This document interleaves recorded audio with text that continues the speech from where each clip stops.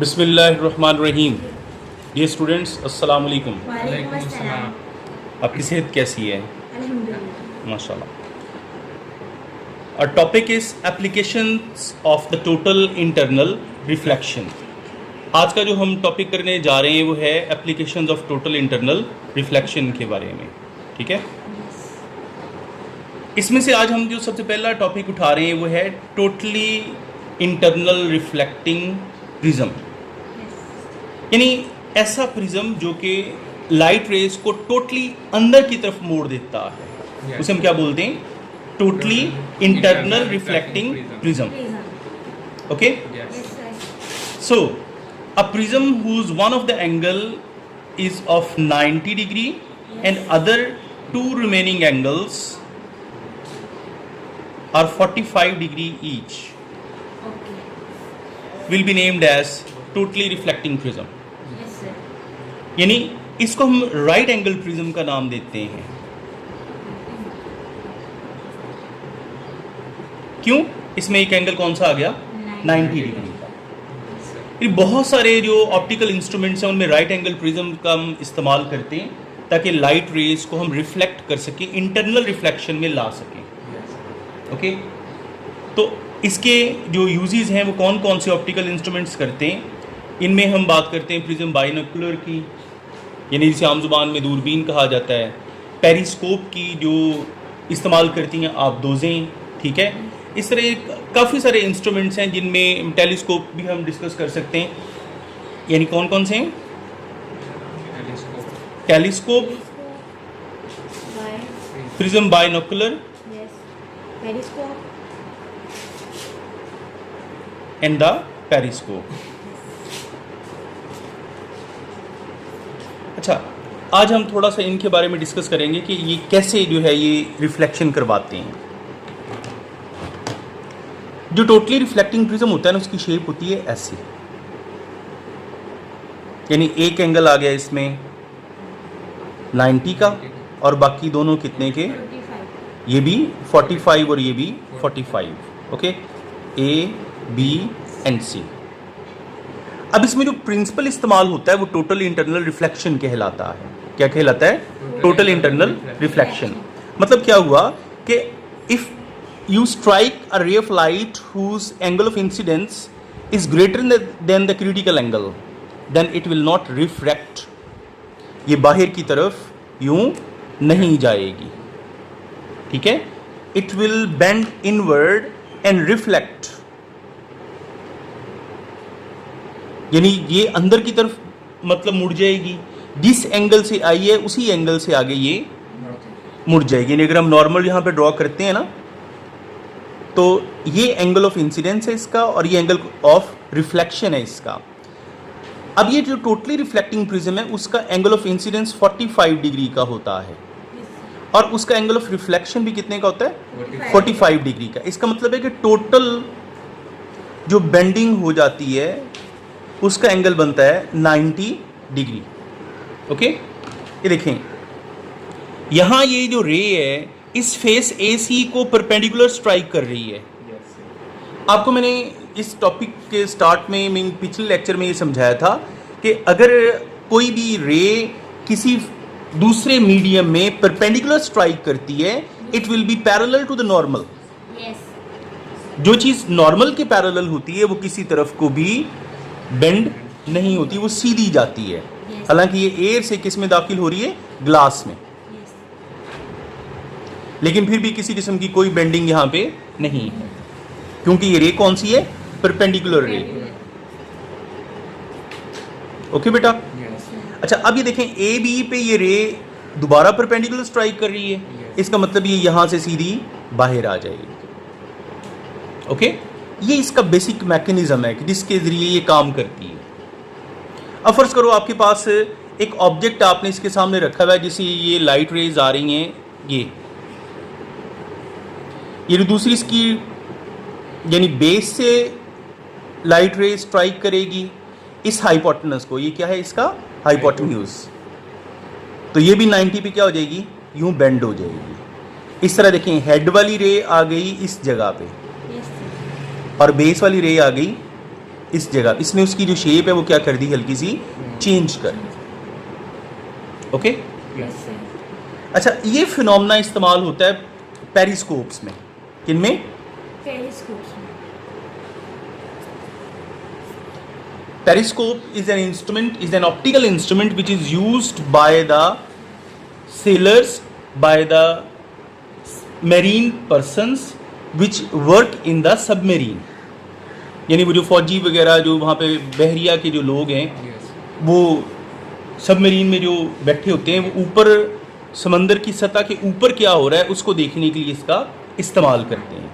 Okay कैसे करते हैं उसके बारे में देख लें। It is shaped like this.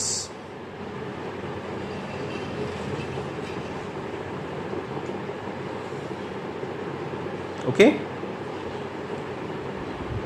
ये इसका अंडरग्राउंड पार्ट है यानी अंडर वाटर, और ये अबव वाटर आ गया। ठीक है, यहां इस जंक्शन पे एक प्रिज्म फिट कर दिया जाता है, टोटली रिफ्लेक्टिंग प्रिज्म यहां फिट कर दिया जाता है इस जंक्शन पे। ठीक है, इस बेंड पे। ठीक है, दूसरा प्रिज्म आपने यहां फिट करना है ऐसे। ये इसका आई पीस समझ लें जहां से वो देख रहे हैं, और ये हो गया ऊपर कोई चीज़, यानी फर्ज करें कि दूर कहीं से एक बहरी जहाज सेल करता हुआ आ रहा है। ठीक है, अब इधर से जितनी भी रेस निकलेंगी वो गई इसके ज़रिए इस फेस पे। देखें यहाँ पे परपेंडिकुलर स्ट्राइक कर रही है, Yes. इसके हाइपोटेनस पे लगेगी, Yes, sir. यहाँ से ये बेंड होके आ जाएगी इस फेस पे लगेगी, Yes, sir. दोबारा हाइपोटेनस पे। Yes. यानी यहाँ भी एंगल ऑफ इंसिडेंस जो है वो क्रिटिकल एंगल से ज़्यादा है। Yes, sir. Angle of incidence is greater than the critical angle. यहाँ भी angle of incidence greater than क्या है, Critical angle. क्रिटिकल एंगल हमने पीछे पढ़ा था वो 42 डिग्री का है ग्लास की केस में, और यहाँ हम कितने पे स्ट्राइक करवा रहे हैं, 45 पे। Yes. तो 45 का जो एंगल ऑफ इंसिडेंस है वो 42 से क्या हुआ, ज़्यादा। Yes, sir. Okay Yes. तो यहाँ से ये बेंड होके ये जो इमेज है वो इसकी आंख में बनेगा जाके। ओके मतलब क्या हुआ, ये बैठा है पानी के सतह के नीचे, लेकिन देख कहाँ रहा है, सतह पे होने वाले सारे कामों को। Yes. क्लियर? इस वजह से ये जो प्रिज्म जो है वो आपके पास पेरिस्कोप है, ये एक ऐसा इंस्ट्रूमेंट है जो कि यानी समझ लें कि भी राउंड द कॉर्नर देख सकता है, राउंड द कॉर्नर देख सकता है। ओके अच्छा, अब हम एक दूसरे इंस्ट्रूमेंट की तरफ आते हैं जिसे हम क्या बोलते हैं जी, प्रिज्म बाइनोकुलर।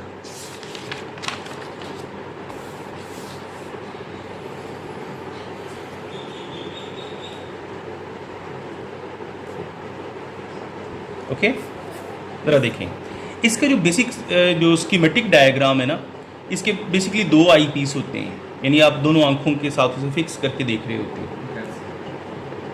ठीक है,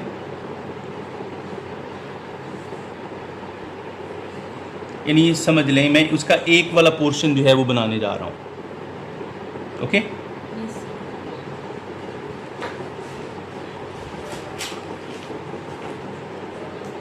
ये वाला जो लेंस होता है ये बड़ा होता है, और ये वाला लेंस क्या होता है, छोटा। यानी इसी तरह का जो सिस्टम है वो इस तरफ भी अटैच होता है।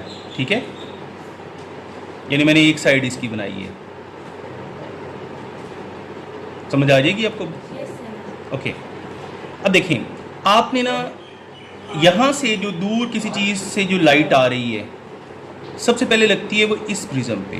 प्रिज्म को आपने इस तरह एडजस्ट करना है ऐसे। ठीक है, ये गई इधर, यहाँ से वो जाएगी ऐसे इधर, फिर इधर से यूँ निकलेगी, क्योंकि देखे ना ये इधर से स्ट्राइक करा है 90 के एंगल पे बेंड हुई, आगे दोबारा यहाँ पे लग रही है, ये भी 90 के एंगल पे यानी बेंड हो रही है, फिर गई है यहाँ पे।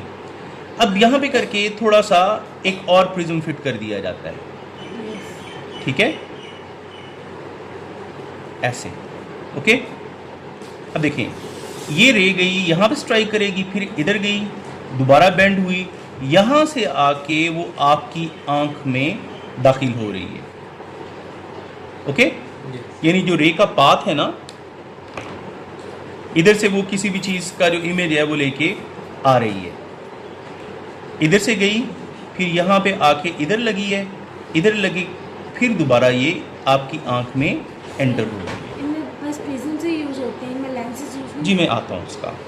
ये आपका यानी एक ये वाला लेंस है, इसे ऑब्जेक्टिव लेंस कहते हैं, और ये कौन सा है जी? आई पीस। ये होते हैं by convex lens. Okay, Yes. और ये वाला कौन सा लेंस है? ये भी बाय कन्वेक्स लेंस है, जिसे क्या बोलते हैं? आई पीस।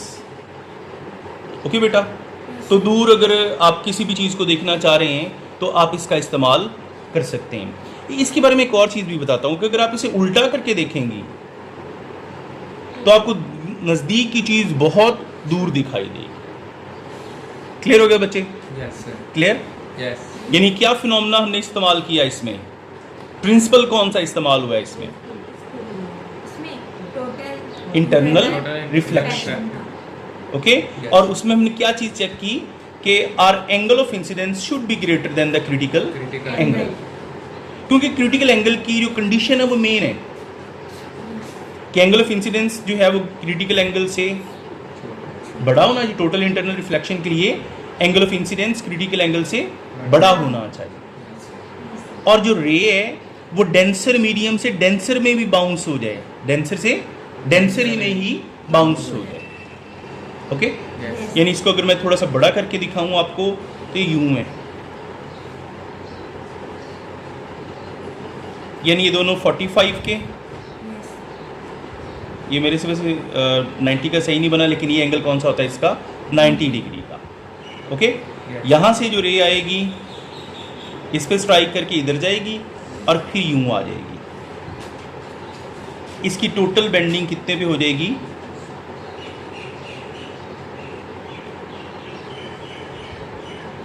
ये देखें, अगर आपके पास ये उल्टा ऑब्जेक्ट पड़ा हुआ है, अगर आपके पास उल्टा उल्टा object ऑब्जेक्ट पड़ा हुआ है तो फिर ये उसको क्या कर देगा? सीधा कर सीधा। देगा। क्योंकि देखे ना, ये नीचे वाली रे कहाँ चली गई है? ऊपर। हेड वाली रे चली गई ऊपर, और जो बॉटम वाली रे है वो आ गई है नीचे. ये वाली नीचे। तो ये अगर इसको ऑब्जेक्ट मान लिया जाए तो ये इसका इमेज हो जाएगा, Yes. अगर इसको ऑब्जेक्ट मान लिया जाए तो ये, Image. यानी ये उसको उल्टा करने के लिए हम इस्तेमाल करते हैं। इसका मतलब ये हुआ कि प्रिज्म इन्वर्टेड स्लाइड्स को सीधा करने में भी यूज़ किया जाता है। क्लियर हो गया? Yes. डन? Yes. कोई क्वेश्चन इस चीज़ के बारे में? डन? Yes. ओके ओके बेटा, ये आपका आज का पहला लेक्चर वाइंड हुआ। इंशाल्लाह नेक्स्ट लेक्चर पे आएंगे अब हम। अल्लाह हाफिज़।